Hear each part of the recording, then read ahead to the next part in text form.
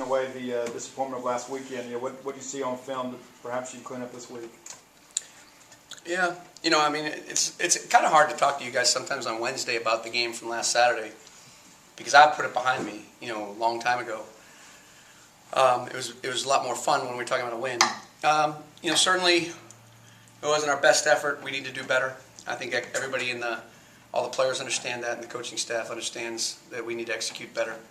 I said to you guys a week ago about Billy Napier. I thought Billy Napier pulled out a pretty good game plan, and what I think we've understood now, or I've learned quickly, and I put all the blame on myself, is that teams are going to stop running their normal offense and just run kind of gimmicky offenses against us. Run unbalanced formations, run formations into the sideline.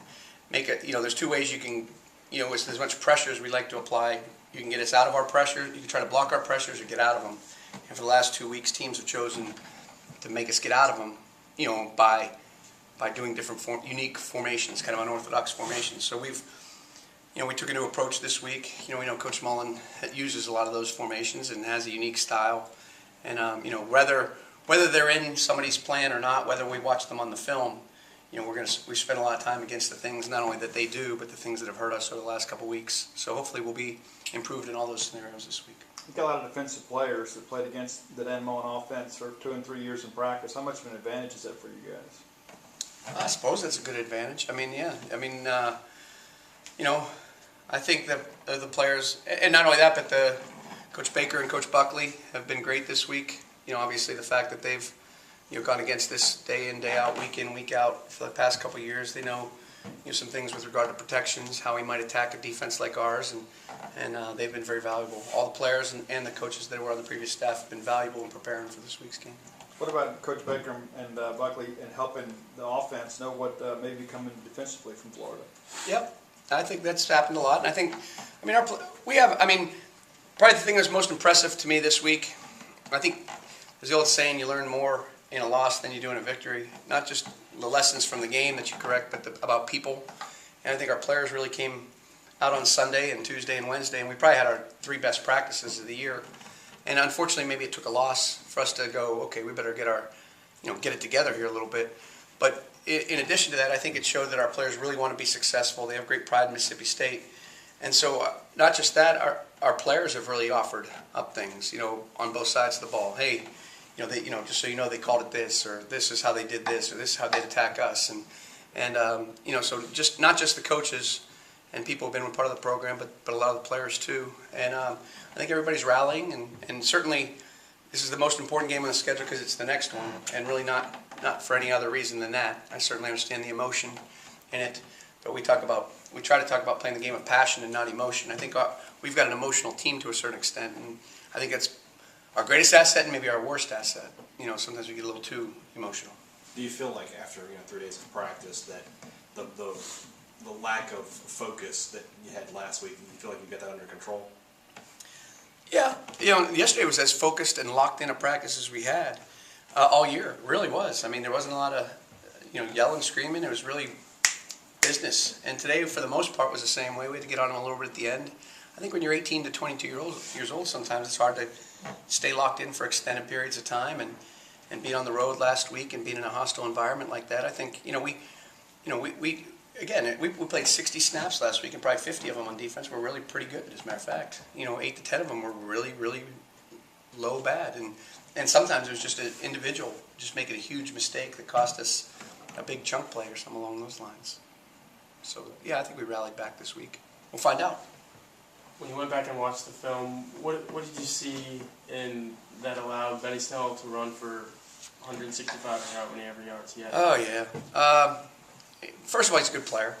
Second, their offensive line's good. They did a good job. Again, it's sort of what I said. I mean, they had out of some unusual formations, whether it be unbalanced or FSL.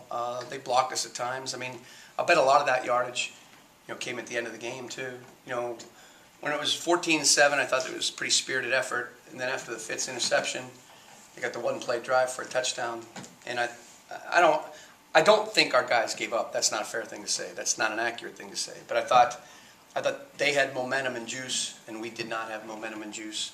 And the 2 things that I've challenged the guys this week that can't ever happen again is, number one, that's 3 times in a row teams, when we've turned the ball over, and we haven't turned it ball over that often, but every time we've turned it over, the other team scored, and we got to do better than that.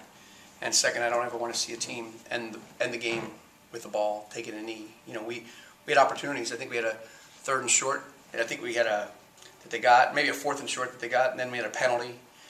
It was just sloppy stuff. I mean, we had more missed tackles and more missed assignments and penalties than probably the last couple games combined. That's disappointing. And I think Coach Moore probably said some of the same things. How do you think they'll respond to what you challenged them with this week?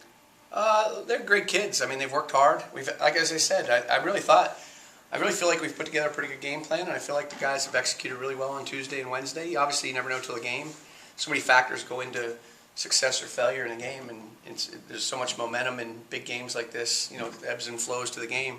So, but I think they've prepared really hard, and now the only thing I can really say is let's go out and have a good Thursday practice and keep going. I think everybody's excited though. As a defensive coach, what do you tell your unit when the offense is struggling, when your offense is struggling?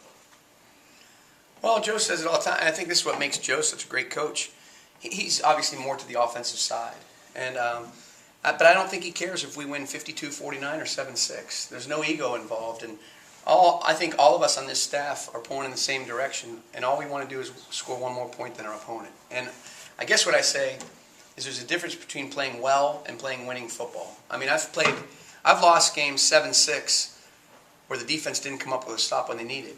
And I've also won games 49-45 or something like that where you go, boy, the defense wasn't very good today. But the defense made plays when they had to. And to me, that's the thing I say. There's a big difference between playing well and playing winning football. And the object is to play winning football. And I think everybody on our staff feels that way. The thing I'm so impressed with the culture that coaches create is there's no egos.